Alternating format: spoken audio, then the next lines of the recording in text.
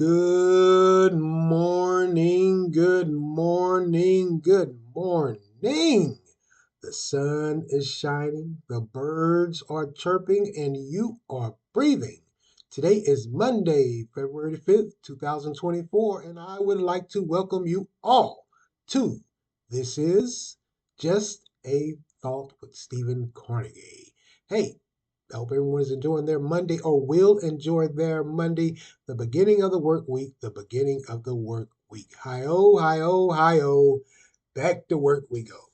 Can't escape it. If you have figured out a way in which you can generate some income and continue to live without going to work, let me know quick. I'm in desperate need of it. Gotta work.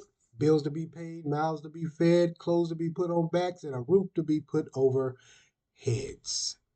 That's the name of the adult game there, kiddos.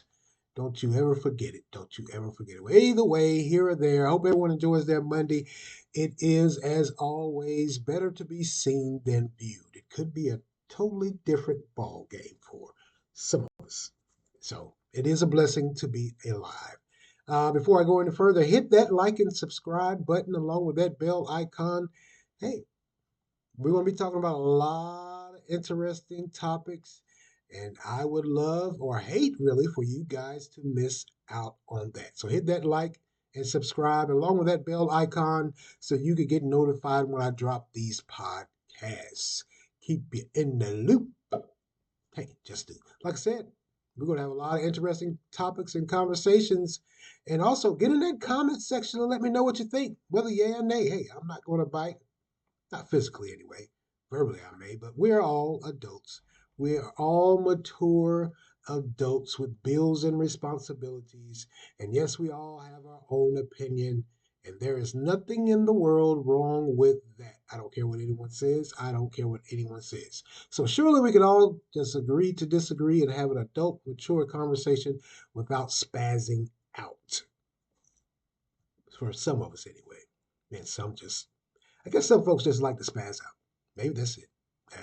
The older I get, that's the feeling that I get about people. That some people, no matter what, they're going to grumble and complain and yell and scream and holler about any and everything. And it's really not too much you can do about it. There's really nothing you can do about it unless you decide to yell, scream, and holler back at them and with them. And then whatever point you guys are trying to prove or disprove, it gets lost. Just does, just does. So, hey, like I said, get in that comment section. Let me know what you think and hit that like and subscribe button along with that bell icon also. All right, let's move along here. Man, hey, today's word of the day, absolve, which means to free from obligation or guilt. Absolve. Wow, that's a pretty there's a lot of people. There's a lot of times in life I know I wish I could absolve some of the things I've done. I don't know about you. I don't know about you, but I just do. I just do. Man, temperatures here in North Carolina, it's a continuation. Mild temps in the 50s, 60s. In fact, they're saying by the end of the week, we're going to get in the 70s with some rain going into the weekend. I'll take those mild temperatures in comparison to most parts of this great land we live in. Man, some places are just getting hammered with the winter, the snow, low temps, freezing rain. But in California, like I told you guys Saturday, man, that rain has come in, and of course, as you would expect, they have some evacuation orders in place.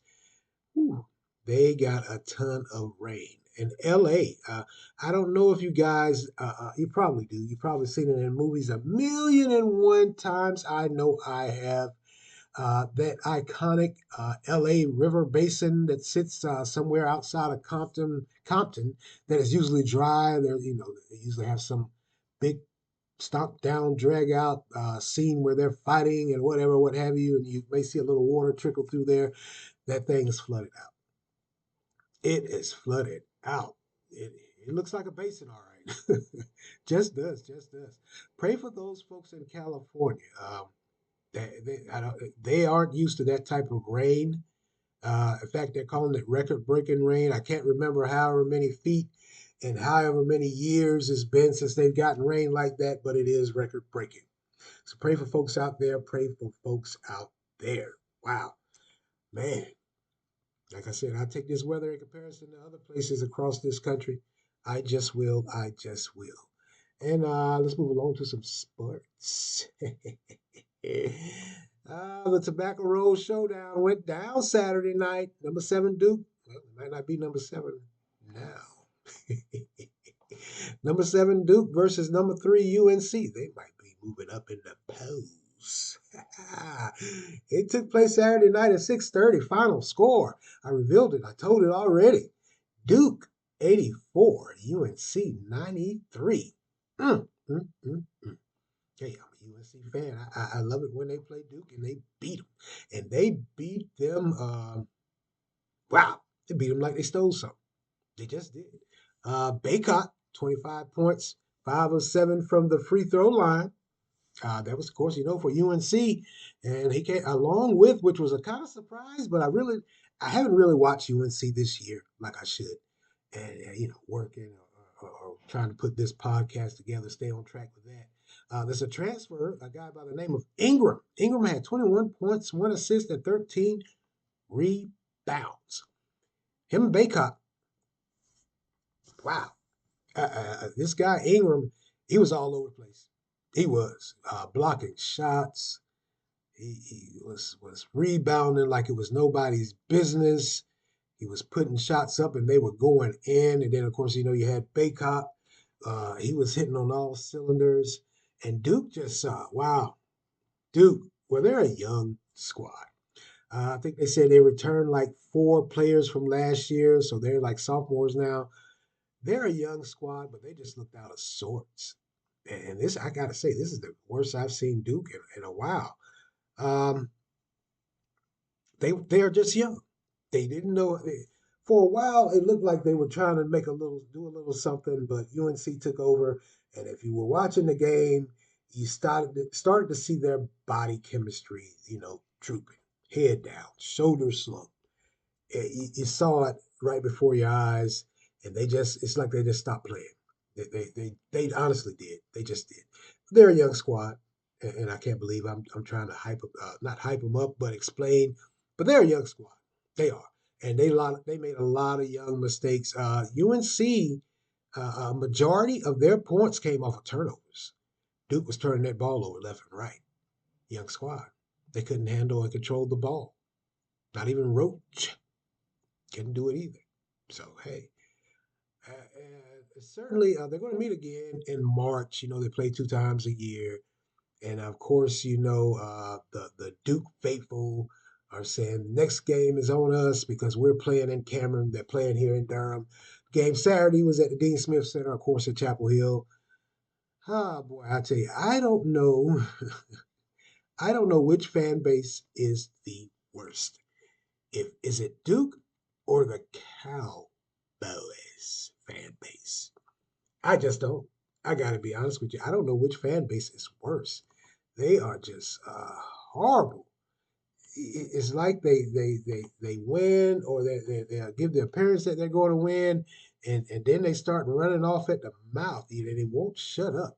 But pretty much today, the few Duke fans I have at work, they couldn't. They haven't said anything thus far. Or they aren't going to say anything. I should say they aren't going to say anything. I know it. They're just like Cowboy fans. They're trying to sneak in. Then they're trying to remain incognito. But I'll find them. I will find them and let them have it. Because whenever one of my teams loses, they find me. No matter where I'm at, I could be up in the attic somewhere or in a crawl space, and they will come and find me. So I know I have to do it now. I got to go find them. Yeah, I don't know which fan base is worse. Duke or the Cowboys, they are just horrible. And just like the Cowboy fan base, when the Duke Blue Devils lose, there's no productivity at work. They zone out. They zone out. They won't say anything. They won't say anything. They just won't. They just won't. So we'll see what happens again in March. I believe the next game is March 16th, somewhere around there. So we'll see what happens. Maybe Duke by then they have it together, And because I believe that game, if it's in March, it might be the last game right before March Madness begins. Wow, the year is zooming by. I gotta say, here we are, the fifth day of February, and I'm talking about the whatever day. I think it's the fifth or sixth day. No, sometime in March that we could be going into March Madness. We are going into March Madness. Wow. Boy, this year is zooming by again, folks. This year is zooming by again. And let's move along here. Man, hey, said it last year, and I'm going to say it again. Apparently, those powers that be in the NFL aren't hearing me. That Pro Bowl is horrible. It is just horrible. Who wants to watch flag football? Who wants to watch a skilled competition of tug of war? What happened to the strongest man or the bench press competition or whatever, what have you, and some good old contact football? Now, I get it, got it, understand it about the contact. And even the strongest man of weightlifting, the bench press competition, I can understand. There's a lot of money out there on that field. There's a lot of money out there on that field. So I can understand you don't want to get your franchise player hurt. But man, y'all got to give us something because this right here, this ain't hitting. I'm sorry. By the way, the NFC won, coached by Eli Manning, over the AFC, coached by Peyton. Score. It was a high scoring game. Didn't float my boat and didn't tickle my fancy. Thought it was the most. Ugh, I have no words for it. I just don't. If I wanted to watch some flag football, I go out to my local community center and watch old fogies like myself run around and try to snatch a flag off someone's shorts. I just will. Or maybe I go to an old dodgeball game if I wanted to watch something like that. But it's just like I said, I get it, got it, understand it, but I'm none too happy. But apparently, this is the wave of the future. This is the thing that is going to be, gotta be, and it is what it is. No more contact for the Pro Bowl. It's flag football. I guess that's the closest we could get. They don't even want you to play tag football. Scared you might rough somebody up, so they put a little handkerchief on your side, a rag on the side of your shorts, and the player has to snatch it off. Wow. Wow, wow, wow, wow. Yeah, I'm not too happy with that. I don't know about you guys. Hey, get in that comment section and let me know what you guys think about this new Pro Bowl style of playing with this flag football. What is it? I mean, I know what it is, but what is it? What in the world? Grown man. A grown man. Oh, but anyway, all right, let's move along here, man. Hey, some news that has came out relative this morning, I should say. Looks like British King Charles III. He's been diagnosed with cancer. I told you guys a month or so ago, he was admitted to the hospital to undergo surgery or a procedure, I should say, for prostate cancer, a benign prostate cancer, just a precautionary thing or whatever, what have you. And he came back all right for that, but they found something that did raise an alarm. He has cancer.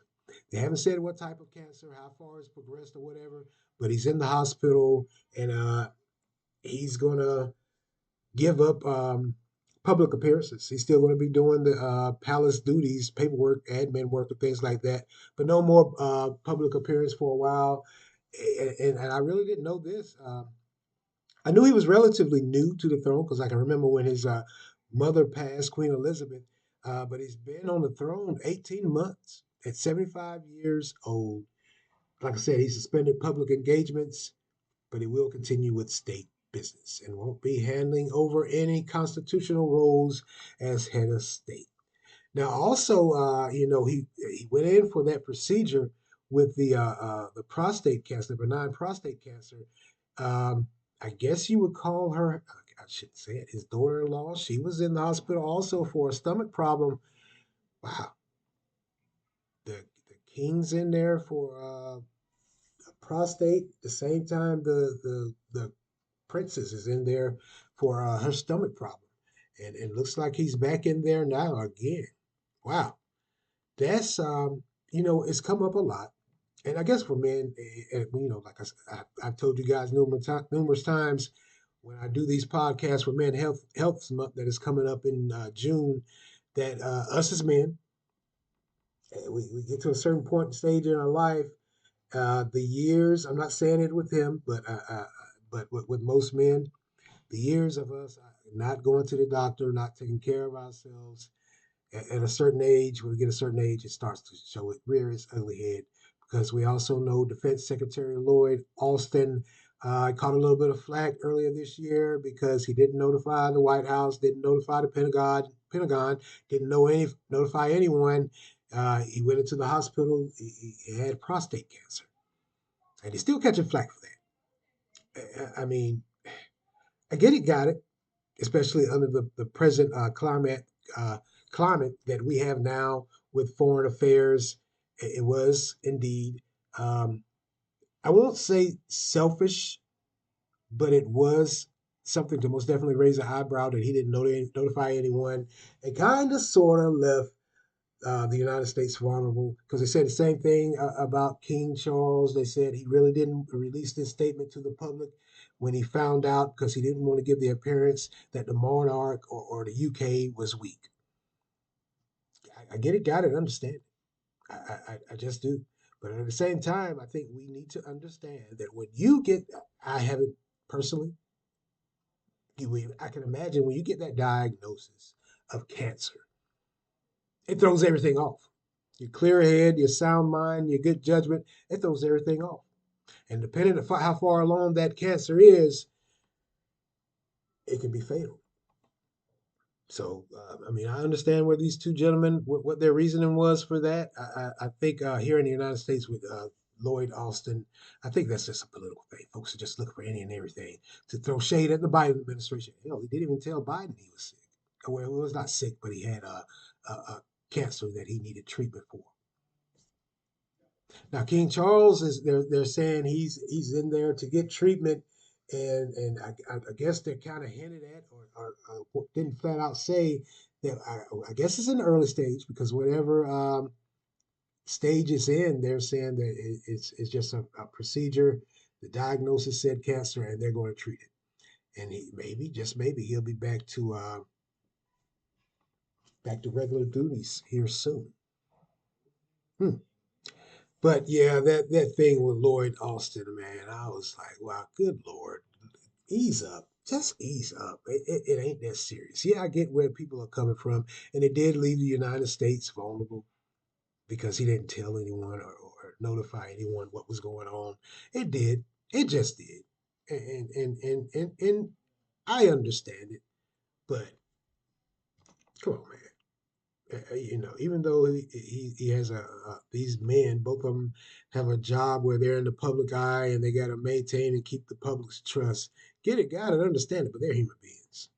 They just are. And some things, no matter what your job is or whatever, what have you, when you get that diagnosis of cancer, you want to keep everything private and just notify those that know. Because Lloyd Austin, of course, his family knew about it.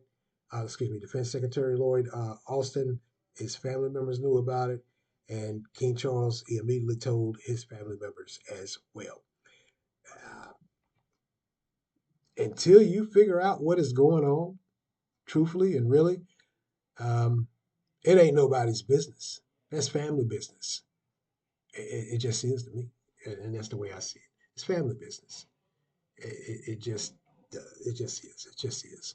So I'll keep you guys updated on King Charles and see what's going on with him. And excuse me. And in a bit, of course, they had to put this one out here about uh, Prince Harry. Of course, they're saying that his relationship is strained with his daddy because of the marriage he has with Meghan Markle. Merkel, I'm sorry, and wow, excuse me. And of course, they threw that out there. But apparently, Prince Harry said, "Hey, I'm coming home to check on him and whatever, what have you." It's family business, family business, family business, family business. Shut up, Media. Just stop. No one cares about that. That's family business, man. Come on. That's family business. Now let's be better than that. We're better than that. No, they're not. Whatever little thing they can horn in on, they're going to horn in on it and blow it up and give you the what ifs and speculations, and then you're going to run with it and run and tell everybody. It's going to be the gossip around the water cooler at work, or the coffee pot, or the water fountain, wherever you guys congregate and talk, or the break room. It just is. It just is. So I'll keep you guys updated on that. But man, it seems like a lot of us as men are finding out and discovering, hey, as we get older, we got to stay up on these things. I got a doctor's appointment coming up later on this week, and there's a bevy of things I got to talk to my doctor about. I hope I don't take up all this time. I just don't. I just don't. But first thing on my list is I got to get a colonoscopy.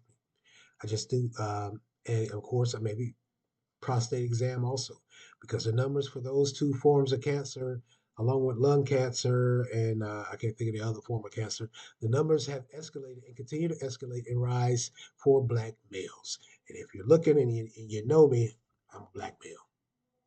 And they're saying the number one contributing factor, of course, besides your diet or your bad habits, is the fact that we don't get screened. Hell, we don't even go to the doctor like we are supposed to.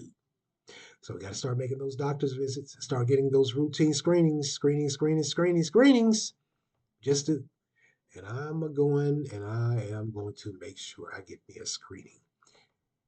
I got to. It's an uneasy feeling. I can tell you honestly from the bottom of my heart, but it's got to be done. And like I always say, like I told you, when I do these podcasts in the month of June for Men's Health Month, um, it's an uneasy feeling, but I would really and truly hate to have something that could have been handled as opposed to just letting it go on and fester and say, I ain't going to no doctor. It's an uneasy feeling, but I got to do it. Most people say you do it for your family. Yeah, I'm doing it for my family. But more importantly, I'm doing it for myself.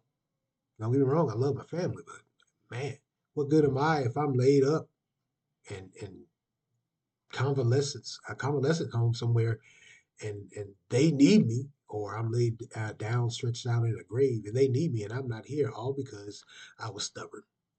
Yeah, so yeah, I'll be there later on this week.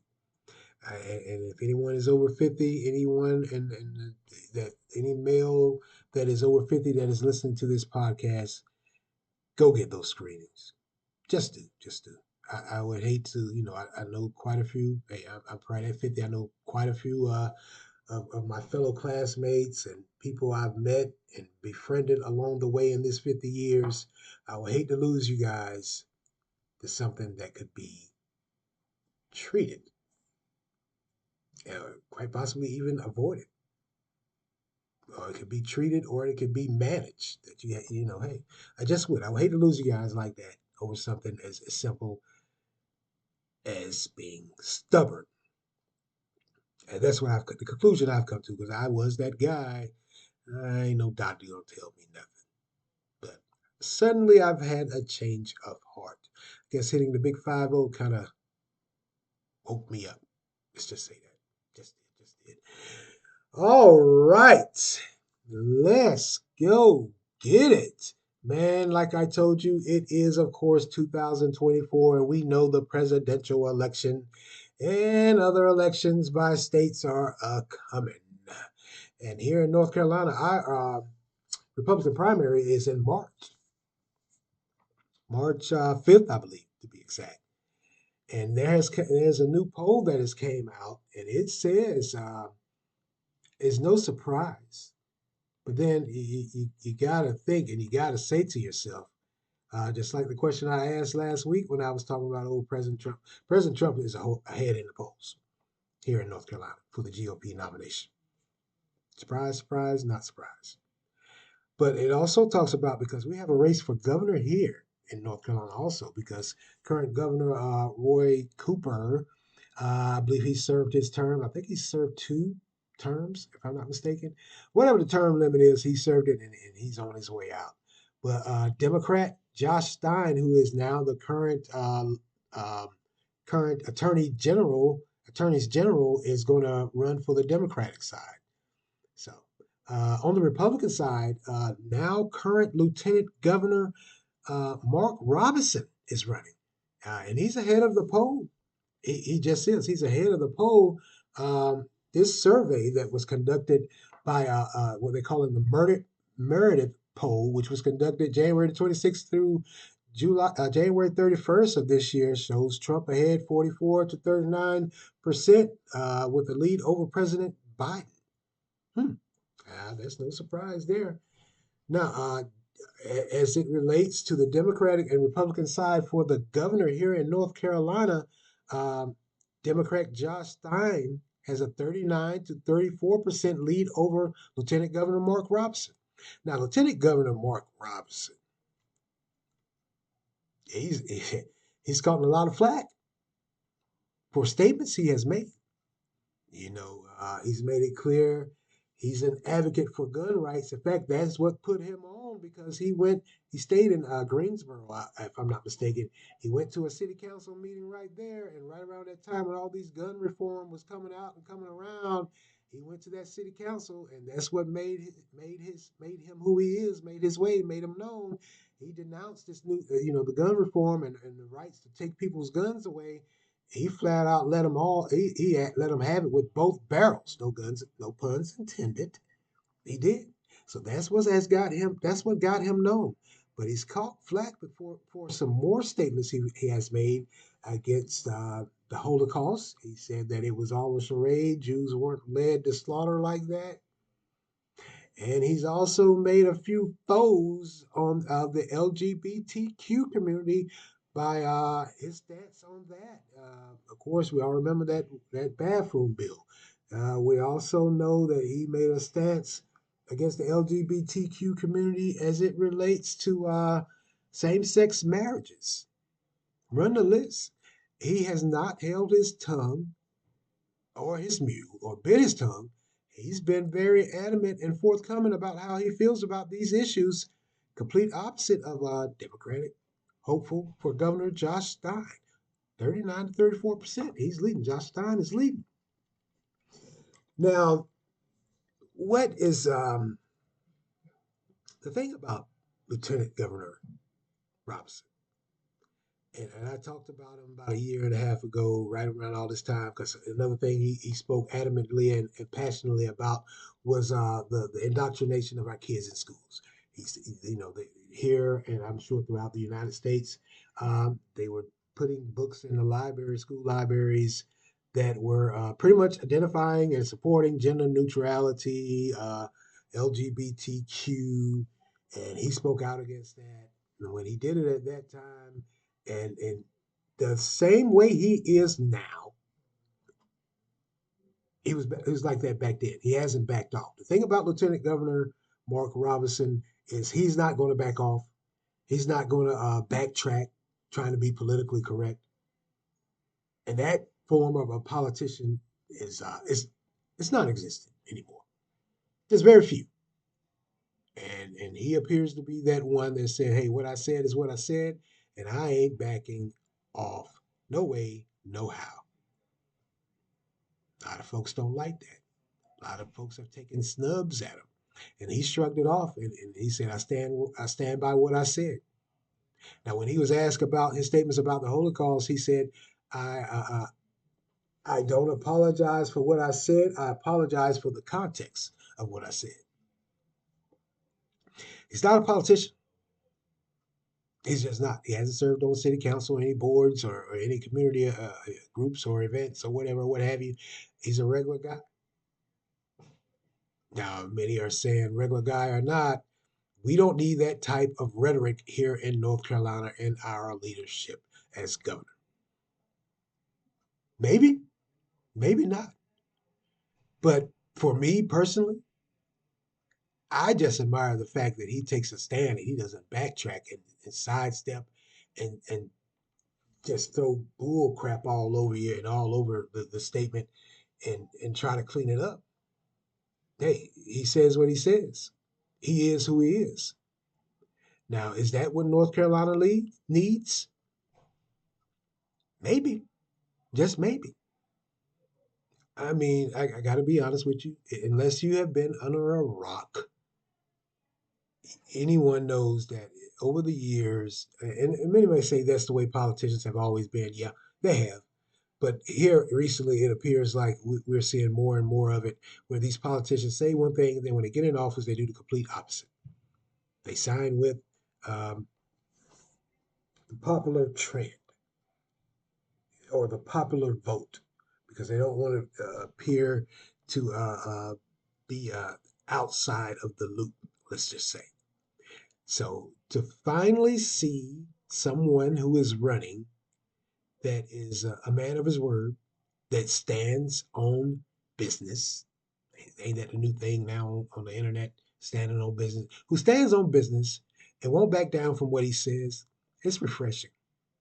I'm so sick and tired of these career politicians. As I've said numerous times before, I am so sick and tired of them. I am so sick and tired of them. The gumption of some of these politicians that stand, scream, holler, hoop, and holler when they're on the campaign trail and make the promise, hey, I'm going to do this, I'm going to do that. When I get to D.C., ain't nobody going to deter me. And they get there and they just sit down and just vote and collect a paycheck and make a few little business dealings in between to better themselves. I'm so tired of it. I don't know about the rest of you, but I am. I'm just tired of it. Not saying I agree with any and everything he says, but I admire someone who stands on what they say and they won't back down from it, no matter the political pressure or the media pressure. Because the reporters, oh man, they try to have a field day with them. They do. They try. Try again, homie. Because that guy ain't budging. He ain't playing no games with you. He done told you what he believes and what he stands on. And he ain't sitting down or the knees ain't shaking for nothing. So stand by with that. But yeah, President Trump is ahead in the polls here in North Carolina. Looks like. Or slim lead as far as the Republican side of the getting the nomination. But he really has a slim lead as it relates to him and Joe Biden. That's pretty close. Um, North Carolina, as we all know, if you know anything about North Carolina politics, for the longest time, it was a red state. The last past two election cycle, it has flipped to a blue state. Mm, mm, mm, mm. Wow. We'll see what happens with that. But look, also a side note, very interesting. Uh, as we all know, Trump and Nikki Haley, she pretty much has the hopeful for the Republican nomination as far as over Donald Trump. She's in the she's in the lead as far as there's no one else. DeSantis dropped out. Uh, Swami dropped out. And of course, we all know Christie dropped out and did for Tim Scott. So she's the only one there running neck and neck with Donald Trump as a primary opponent. Wow. And what's surprising is also those surveyed said that just 20% say that they preferred Haley over Trump. That's a problem. Like I said, Trump is lead for the Republicans here in North Carolina. It's like I said, it's very consistent with the what they're saying with this murder poll. But in South Carolina, Trump is ahead of Nikki Haley, her home state. And that's what they're saying. A lot of folks are looking now like, oh. Wow. As I told you guys before, this 2024 presidential election is going to be very interesting. We're going to see a lot. We're going to find out a lot, and we're going to find out a lot about some folks where they really stand. Just so. Maybe we should. I ain't no maybe. We need to find out. We need to hold these politicians accountable for what they say before they get in that office. and then put their feet to the fire and hold them to it. Stop this partisan, let them slide because you belong to the party and he or she has to vote the party way. No, you were put in there on the premise something you said and ran for, and the people of that district or whatever, what have you, as the state as a whole, put you in there for that. You don't get to go to D.C. and then vote party lines when you told those constituents back in this lovely state of ours that you were going to go the complete opposite direction. You don't get a pass. Not from me. Maybe the rest of you. You don't get a pass from me. If I voted for you, you won't get my vote again. If I didn't vote for you, I'm glad I did. I just said. I just said. All right. I'm going to get out of here. I'm going to go and skedaddle. Get in the comment section. Let me know what you think about this upcoming election. Hey, here in North Carolina, like I said, Lieutenant Governor Mark Robinson, he's ahead in the gubernatorial primary. He's polling 34% over the other governor, gubernatorial hopefuls because they're in the single digits. But the surprising thing is, and I forgot to mention this, is what they're saying is 42% of those registered Republican voters here in North Carolina still haven't made their mind up. The primary is March 5th. Hmm. Whatever the case may be, looks like, I guess if the election was held today, Lieutenant Governor Mark Robinson would have it at 34%. 34% of those registered Republicans, they say, hey, we're going to vote for Lieutenant Governor Mark Robinson. Apparently, they like what he's saying. We'll see what happens. But get in that comment section. Let me know what you think about this. Let me know what you think about President Trump leading Nikki Haley in South Carolina and him having the lead here in North Carolina. Let me know what you think about King Charles and this diagnosis of cancer. Like I said, some things are family business, whether you're in the public eye or not.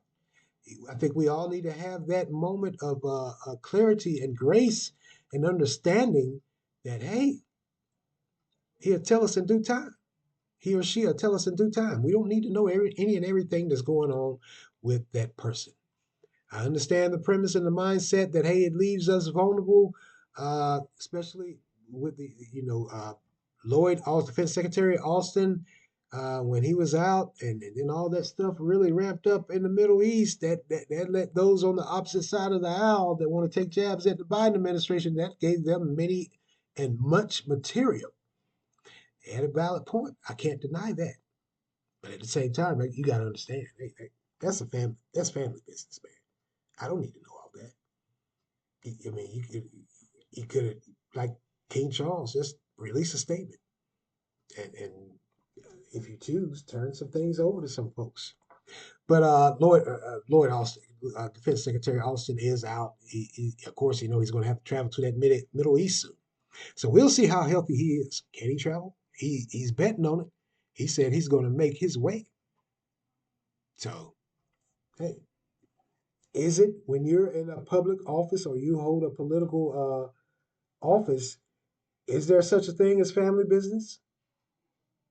Or is it that you belong to those that elected you or to that administration that has appointed you? Who am I to say? Who am I to say? What do you say? What do you say? Hey, I'm going to get out of here. Like I said, I'm going to skedaddle. And I want to thank each and every one of you for lending me your ears this morning. Continue to like, support, share. Get in that comment section. Let me know what you think. And as always, thank you for listening to This Is Just a Thought with Stephen Carnegie. Amen.